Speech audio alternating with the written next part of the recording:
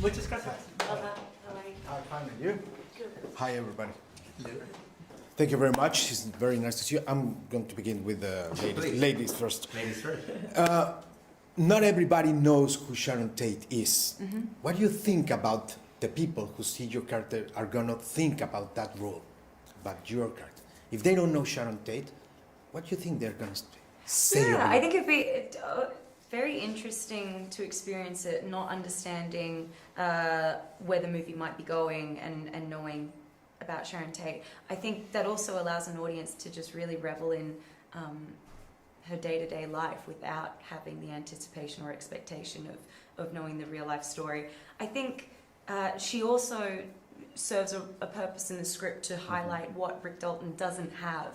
I think that's going to be evident whether you knew that she was a it girl at the time, married to a prominent director or not. You could definitely grasp and understand the notion that everything that Rick Dalton wants is just out of his reach. It's right next door, but he's not in that inner circle. Please, what do you think, for example, do you think that you achieve your most maturity as a director in this film? For me, it's like it's more like a perfection script in your filmography. Oh, thank you. I mean, well, I think, I don't think it's more mature than Jackie Brown. I think Jackie Brown is a very mature piece of work, too. But it is, and that was also kind of coming as a memory piece to some degree, and in quite a few degrees, in a very similar way than this. It's just, more memories when I was 20, as opposed to when I was 6. You know what? Where I think there is, I don't know if I'd call it maturity, but where I think there is a special, where I think this movie has that is maybe different from the other films, is I worked for years on these characters, basically, both Rick and Cliff, and even Sharon.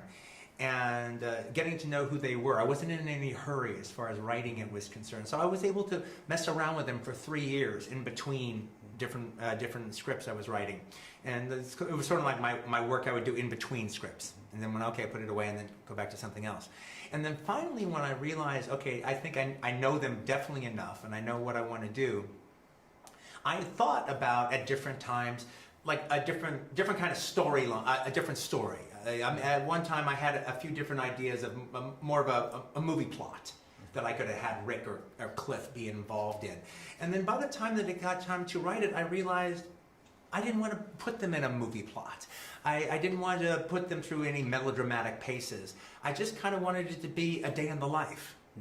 And that's one of the reasons I really like the film, is I like the fact that we're not kind of killing ourselves to turn it into a movie. It is just 3 days in the life of these 3 people, and then all these weird little characters that are on the outskirts. You say that this is a love letter for Hollywood, for the 60s. Well, it could be a goodbye letter for westerns or for anything. Well, yeah, it's funny. I mean, it's like well, it's. I don't think it's quite that black and white. I mean, on one hand, it's you could call it a love letter. At the same time, we also show the casual racism and the casual things that wouldn't be accepted now, that are just that were there at the time. A whole lot of people that are brought up in the piece that were the celebrities of the day have run afoul of their reputations 40 years later. But that wasn't the case then. I mean, Bill Cosby was one of the most famous people in the world to me when I was a little kid. All right, at that time, and so I think it's. So I don't think it's looking at it with rose-colored glasses. I think it's like, well, there's rose in one lens, but then there's a deep, sharp focus in the other lens. Yeah, okay. Oh, so sorry. Thank you. I can talk with you for 6 months. Yeah, We need to go back. I wish we did